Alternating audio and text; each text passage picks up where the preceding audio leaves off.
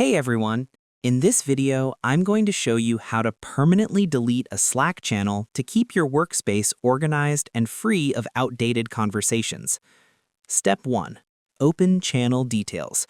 Before you can remove a channel, you need to access its specific administrative menu.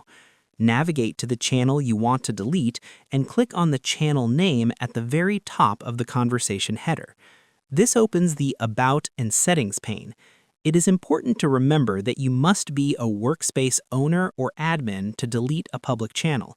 If you don't see the options in the next step, you likely don't have the necessary permissions. Step 2. Access settings and additional options. The deletion tool is tucked away at the bottom of the settings to prevent accidental removal. Click on the Settings tab within the Channel Details window. Scroll all the way to the bottom of the list. You will see an option labeled Delete this channel. Before you click, keep in mind that this is permanent. Unlike archiving, deleting a channel wipes out every message, file, and integration history forever. If you think you might need the data later, choose Archive instead. Step 3. Confirm the permanent deletion. Slack includes a safety net to ensure you are absolutely certain about this action. After clicking Delete this channel, a final pop-up window will appear. You must check the box that says, Yes, permanently delete this channel, and then click the red Delete button.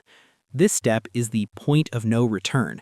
Once you hit that final button, Slack begins a background process to purge the data. The channel will immediately vanish from the sidebars of every single member in the workspace. Any shared files that weren't saved elsewhere and all message history will be unrecoverable, even by Slack support.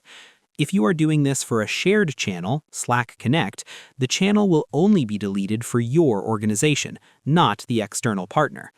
And that's pretty much it. I hope this helped you out, and I see you in the next one.